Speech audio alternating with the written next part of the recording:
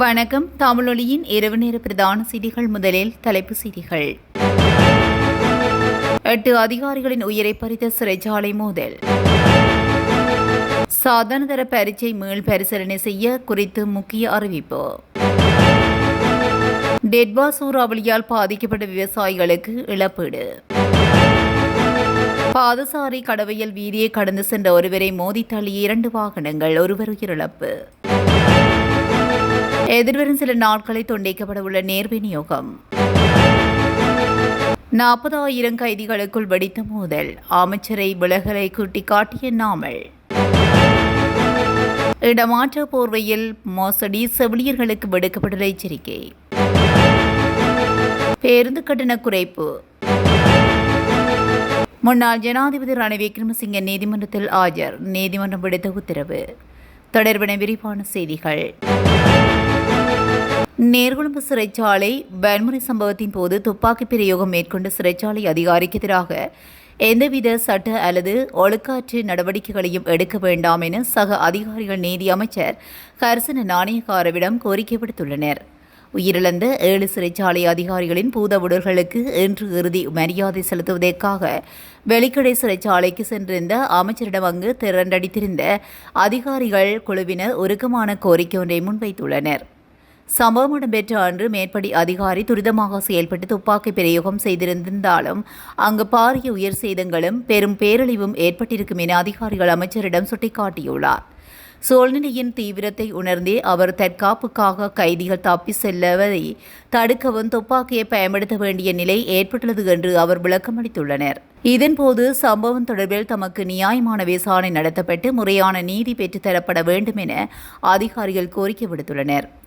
அதிகாரிகளின் உணர்வுபூர்வமான கோரிக்கைகளை கேட்டறிந்த அமைச்சர் ஹர்சன் நாணயக்கார கொடூர சம்பவம் தொடர்பில் முழுமையான மற்றும் வெளிப்படையான விசாரணை நடத்தப்படும் என உறுதியளித்துள்ளார். உயிரிழந்த மற்றும் பாதிக்கப்பட்ட அனைத்து அதிகாரிகளுக்கும் முழுமையான நீதி பெற்றுத்தரப்பட வேண்டும் என்றும் அதிகாரிகளிடம் நீதி அமைச்சர் கூறியுள்ளார்.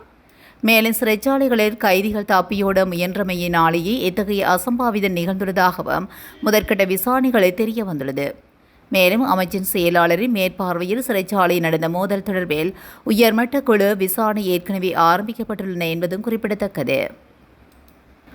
2025-2026 ஆண்டுக்கான கல்வி பொதுத்தராதர சாதாரணதர பரீட்சை பெறுபவர்களுக்கான மீள்பரிசீலனை விண்ணப்பங்களை சமர்ப்பிக்கும் நடவடிக்கை இன்றுடன் நிறைவடையுள்ளதாக அறிவிக்கப்பட்டுள்ளது.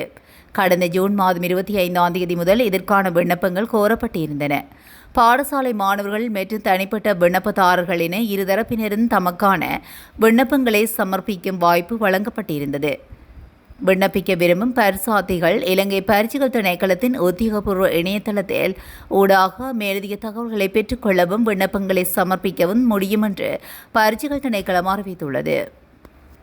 கடந்த வருடம் ஏற்பட்ட டெட்வா சூறாவளியினால் பாதிக்கப்பட்ட விவசாயிகளுக்கு விவசாய மற்றும் கமநல காப்புறுதி சபையினால் இழப்பீட்டுத் தொகைகள் வழங்கப்பட்டுள்ளதாக அறிவிக்கப்பட்டுள்ளது.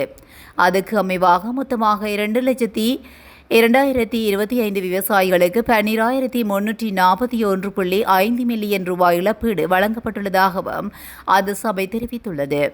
கமநல அபிவிருத்தி திணைக்களத்தின் ஊடாக முற்றாக பாதிக்கப்பட்ட 1,48,000 ஏக்கர் நெல் வயல்களுக்காக 1,16,278 விவசாயிகளுக்கு 8,888.5 மில்லியன் ரூபாய் வழங்கப்பட்டுள்ளது.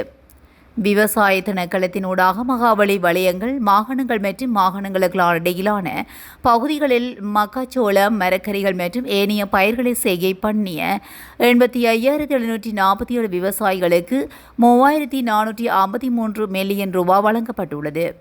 இந்த இழப்பீட்டுத் திட்டத்தின் கீழ் பயிர் செய்கைக்காக ஒரு ஹெக்டேருக்கு 1,50,000 ரூபாயும், மக்காச்சோளம், மரக்கறிகள் மற்றும் ஏனைய பயிர்களின் ஒரு ஹெக்டேருக்கு 2 லட்சம் ரூபாயும் வழங்கப்பட்டுள்ளது. பாதிக்கப்பட்ட விவசாயிகளின் வாழ்வாதாரத்தை மீள கட்டியெழுப்பும் நோக்கில் இந்த இழப்பீட்டுத் தொகை விடுவிக்கப்பட்டுள்ளதாக அதிகாரிகள் தெரிவித்துள்ளனர்.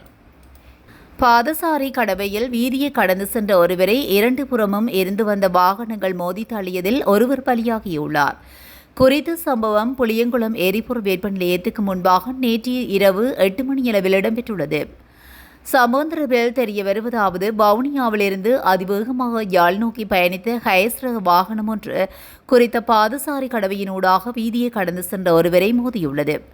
இதன்போது ஹைஸ் வாகனத்தால் மோதி தூக்கி எறியப்பட்ட நபரை யாழிலிருந்து வவுனியா நோக்கி வேகமாக சென்று கொண்டிருந்த கார் மோதியது நேரே காரின் சக்கரங்கள் குறித்த நபரின் மீது ஏறியுள்ளது. இச்சம்பவத்தில் சுமார் 55 வயது மதிக்கத்தக்க ஆணொருவர் கடுமையான காயங்களுக்குள்ளாகி உயிரிழந்துள்ளார். சம்பவம் தொடர்பில் புளியங்குளம் போலீசார் விசாரணைகளை முன்னெடுத்துள்ளமை குறிப்பிடத்தக்கது.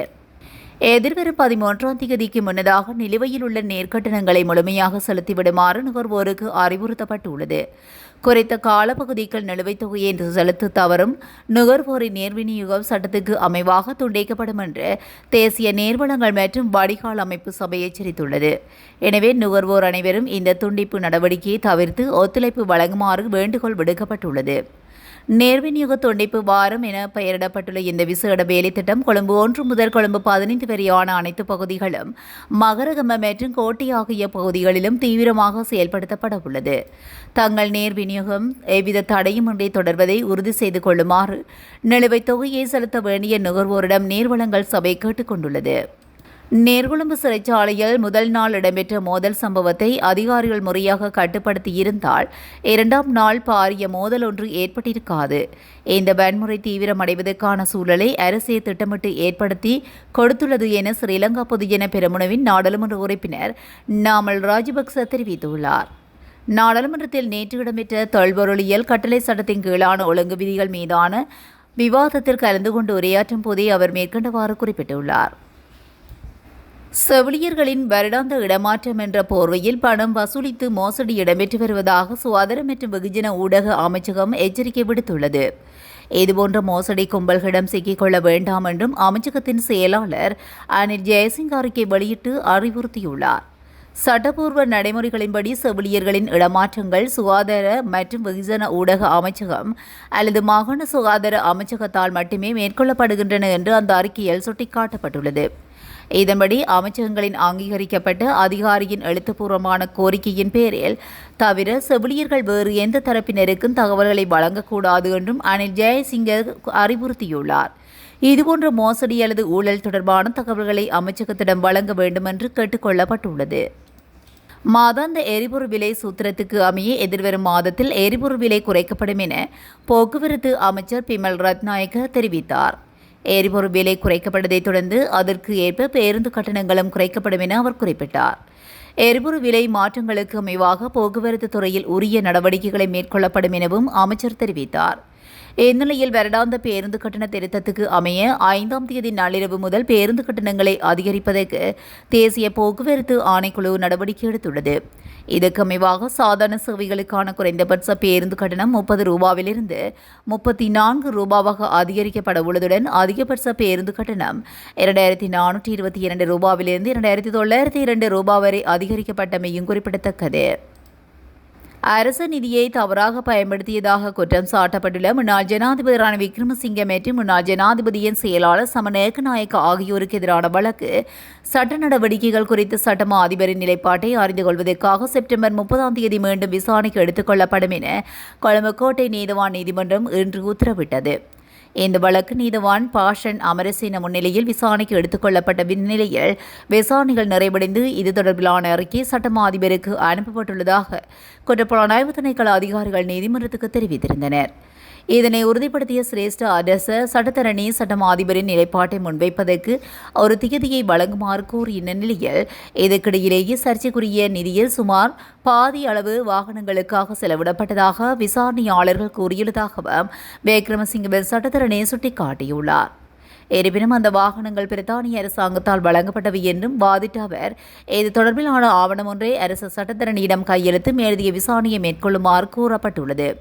தரப்பு வாதங்களை கருத்தில் கொண்ட நீதவான் செப்டம்பர் 30ஆம் தேதி இவ்வழக்கை மீண்டும் விசாரணைக்கு எடுத்துக் கொள்ளுமாறு அன்று சட்டமா அதிபரின் நிலைப்பாட்டை நீதிமன்றத்துக்கு தெரிவிக்குமாறும் உத்தரவிட்டுள்ளார்.